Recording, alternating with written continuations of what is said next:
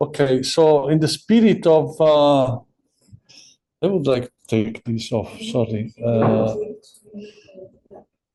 So in the spirit of what I think Miguel has been saying before, I think I want to start with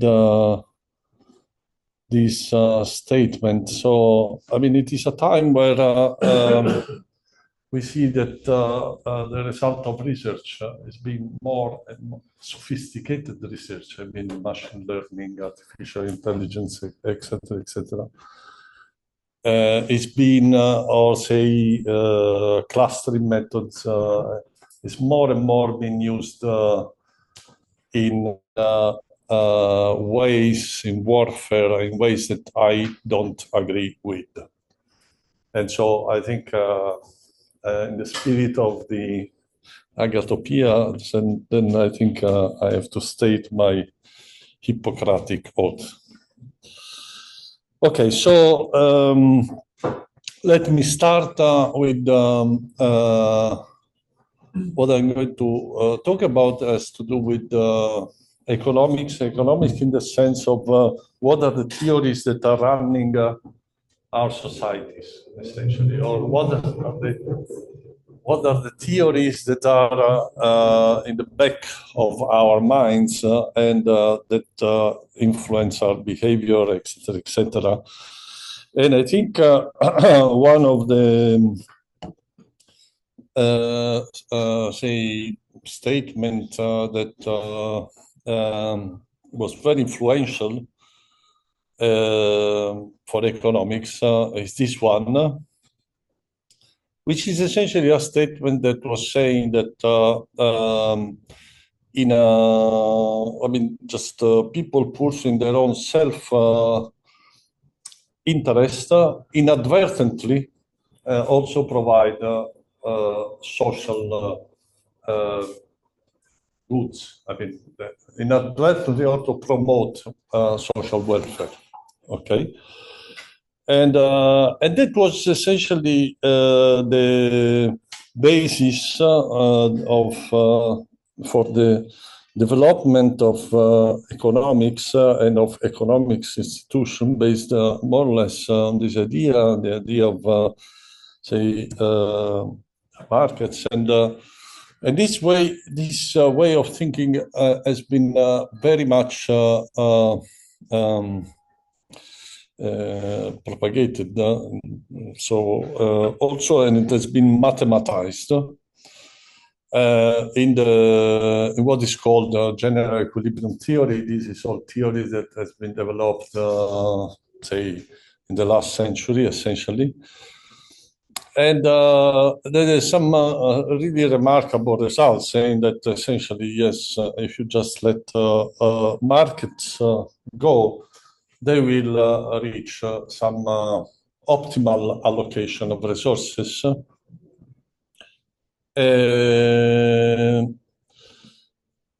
And essentially, the same type of logic is what essentially was funding, was essentially, say, the basis of financial markets. I mean, as means of allocating resources intertemporally or to, say, allow risk minimization.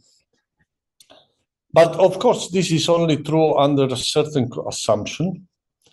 And these assumptions are never true, essentially, in reality, okay? So we know that, and also there is no statement here that has to do with fairness, inequality, and anything. And what I think is most most worrying in this picture, or what I think we are seeing more and more is most worrying, is that essentially in this theory, there is no need for individuals to interact with other individuals.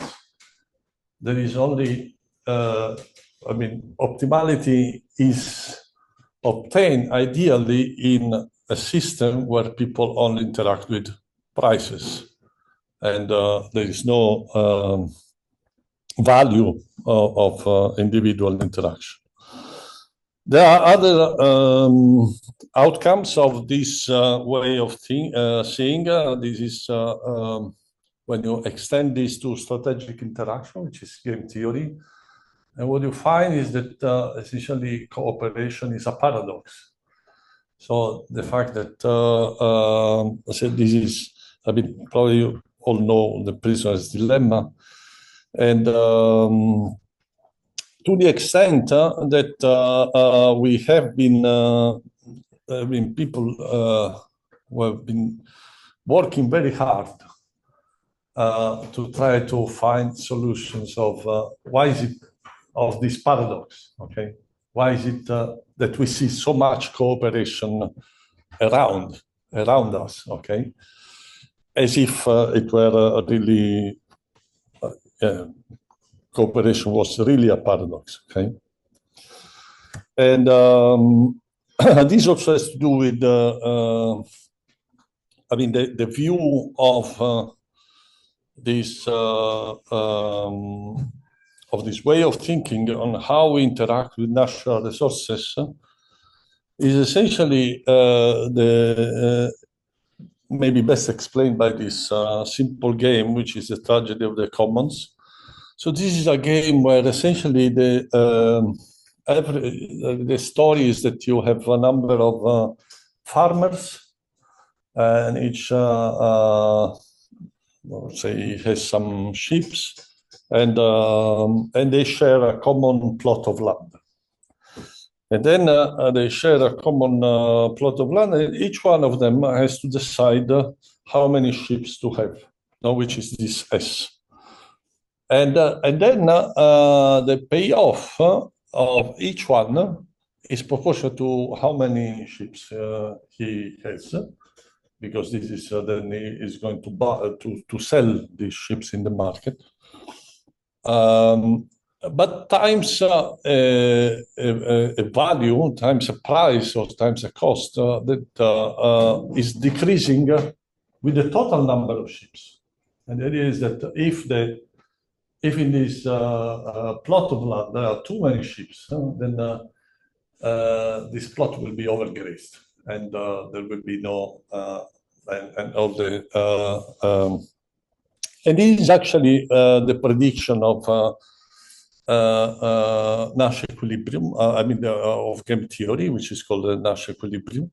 Then essentially you end up in a state which is where environmental resources are overexploited, and everybody is worse off than in the social equilibrium. Okay.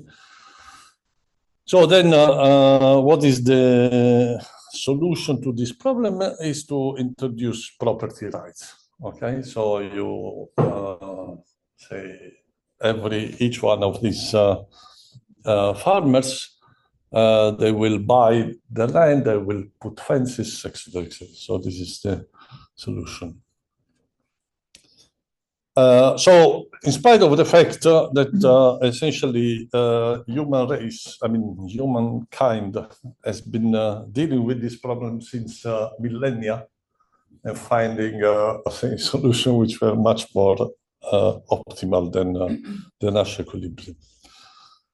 Okay, so all of this essentially ended up in a theory and in a view of the world which is a little bit dystopic, with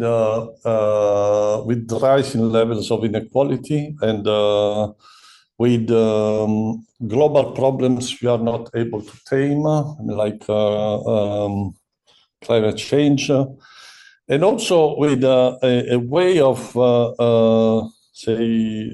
thinking that essentially justifies the worst possible behaviors, essentially, like retaliation, deterrence, or deception. Okay.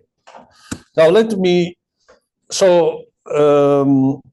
if you go to the literature, you really find that this model of who we are is not really an accurate model, in the sense that it fails on many accounts, it fails. I mean, if you look at let's say Aboriginal economies, they are very different from market economies. You have concepts like social capital, so people give importance to say social contacts which have no market value. So this is a completely unexplained factor. There are a lot of efforts in experimental economics that have tried to test the prediction of game theory, and it essentially consistently failed in the sense that in most of the cases, real people do not behave as game theory would predict. And also, if you look at our neural hardware, you find out that actually we are built to be prosocial. Okay, so we have a whole neural hardware that allow us for say, interacting with other individuals at an empathic level, so which is totally out of this theory. Okay, of course you can put some. I mean, the people have tried to put this into some modeling approaches, but I mean, in all these, essentially, what people are assumed, what individuals assume to maximize is always a payoff. Is always a monetary value. Okay. Okay, so let me tell you a little bit more about the data. This is very interesting data that I found. So I think there are many more data, but essentially this shows that this is mostly related to this research on happiness economics, on social, or what is called subjective well-being. And this is measured by asking people how satisfied are you in a scale from 1 to 10, or maybe. And okay, so this is what it is, but essentially, I think there is now a substantial body of evidence, which is, I mean, I heard about these things, I don't know, maybe 20 years ago. And I was thinking this was not very sound science, okay? Because, I mean, but then now I think there is a lot of evidence that I think should be taken I mean, into account. So what this says is that essentially there is a lot of what people report to contribute to their happiness, which is not related to income or wealth. It's related to social support, life expectancy, by also generosity. I mean, so there is this finding that essentially there is this experiment that sociologists do on the wallet, no? So imagine you lose your wallet in a city. What is your chance that you expect someone will bring it back? Okay.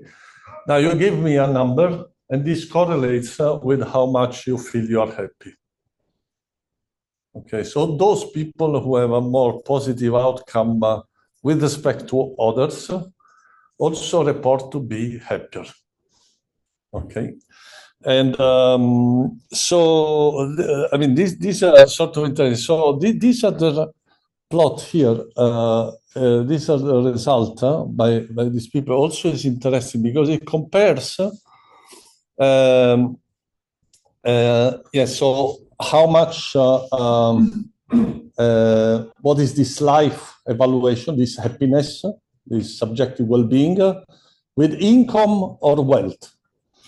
And as you see, it compares two different societies. So our say, Western societies, these blue dots, and small-scale societies. So these small-scale society are, say, rural societies, or say indigenous societies, etc., etc. So what you see is that, okay, yes, okay, income matters, but it matters much more for us than in small-scale societies.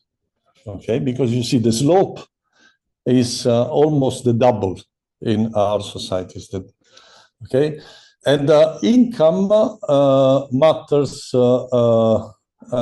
essentially more than wealth in our society, but it matters the same as in small-scale society. Okay, so yeah.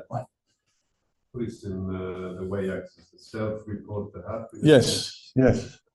It's subjective well-being, yes. Self-reported, but subjective well-being, yes.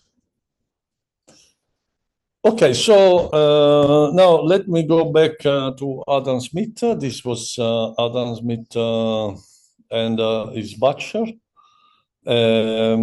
And then you look at Adam Smith. I mean, before writing this, he wrote another book, which is Theory of Moral Sentiments. And this book starts with this sentence, no? It says, how selfish soever man may be supposed, there are evidently some principle in his nature which interest him in the fortune of others and render their happiness necessary to him, though he derives nothing from it except the pleasure of seeing it.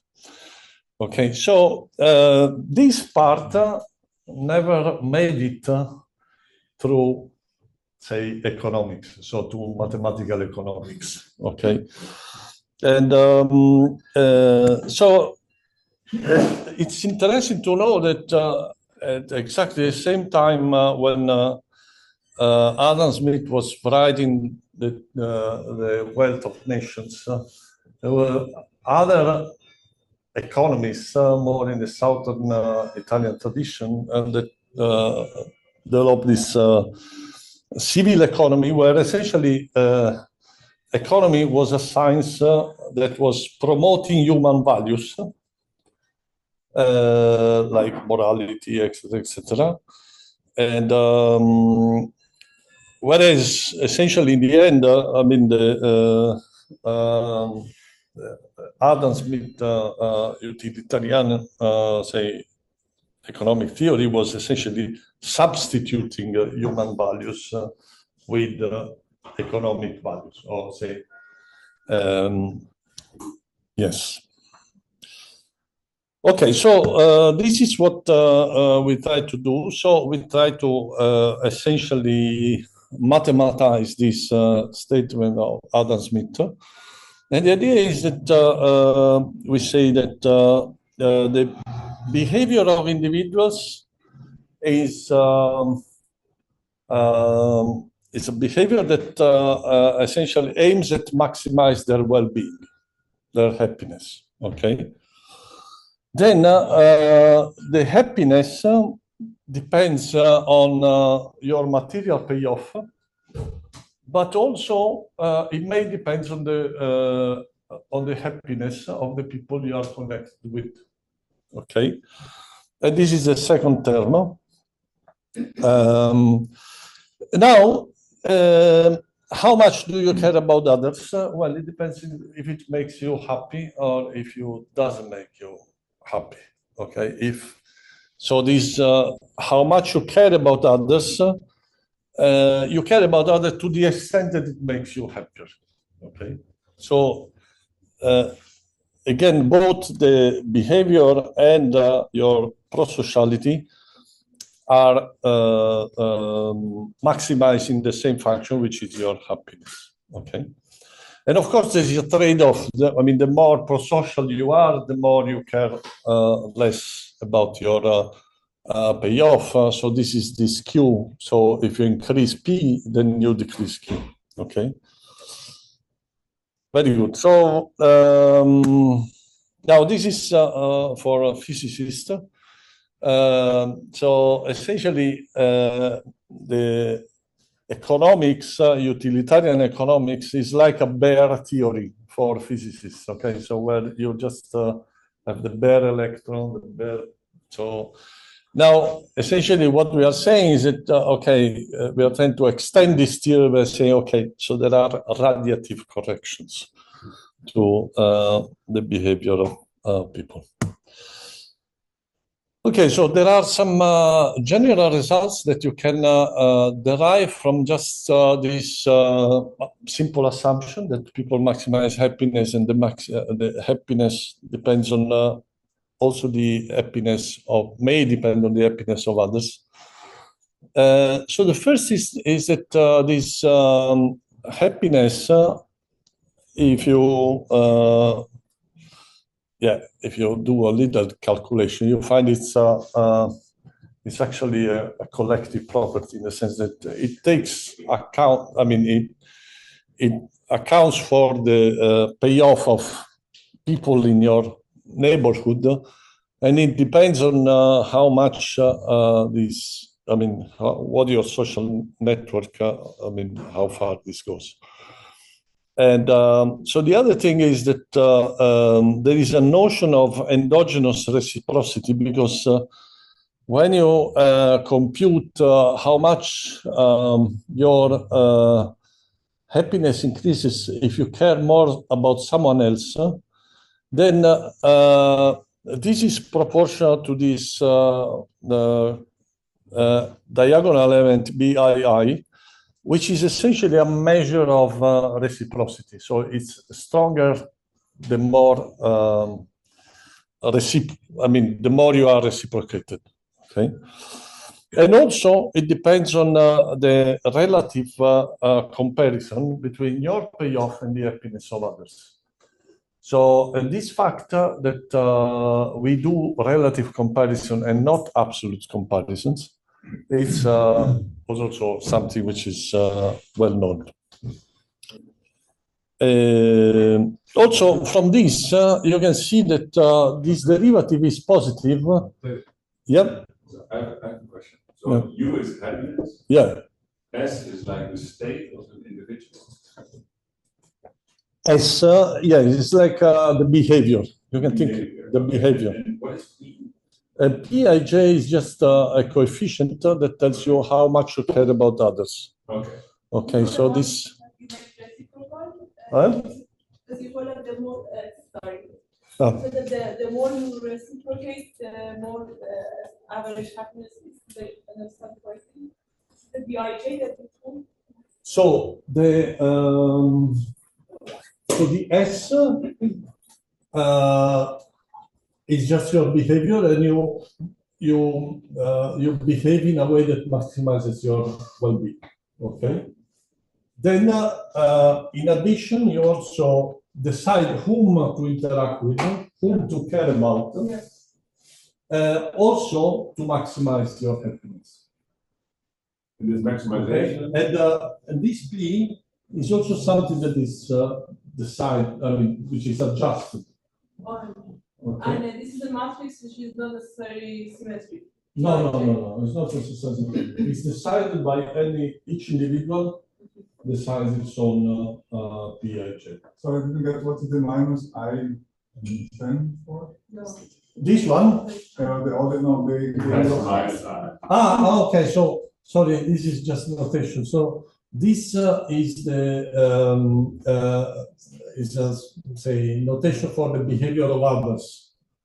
Okay, of other people in your neighborhood. So all the index minus yourself. Yes, all the others minus yourself. Yes. Yes. Sorry. So this is the notation of game theory. So in game theory, essentially, you maximize your payoff conditional on what other people do. Okay. And what's the range of interaction? What's the range of interaction like this I and J? Like, is it like like the I's you have nearest neighbor or second or infinite range? Yeah. So this, what we assume is that each of these agents is on a network.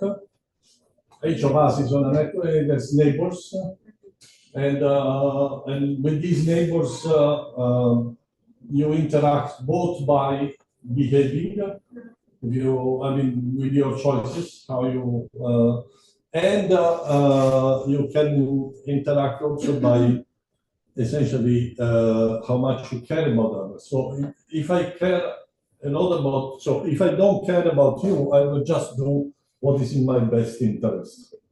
If my PAJ instead is large, I will in some sense take a choice which also benefits you. Okay. So the top line is saying that I want to maximize my own happiness in a hypothetical situation where everybody else is as happy as they could be. And this says S minus one star. Ah, yes. So, so in assuming that everybody has also has already maximized their happiness. Yes. Then I want to be maximally. Yeah, this is analogous of Nash equilibrium. Right. Of a Nash equilibrium. It's the same thing. Yes. Thanks. Yes. And essentially, yes, this is a static framework in the sense that then we look at equilibrium. Okay. And how should I think of pi? Because pi is different from u. Pi is the payoff. Okay, what we are going to do is to say, okay, now let's look at a particular situation where this pi is one game. Yeah. Okay, prison is dead. Or, I don't know, tragedy of commons, or, I don't know, battle of sexes, you name it, okay?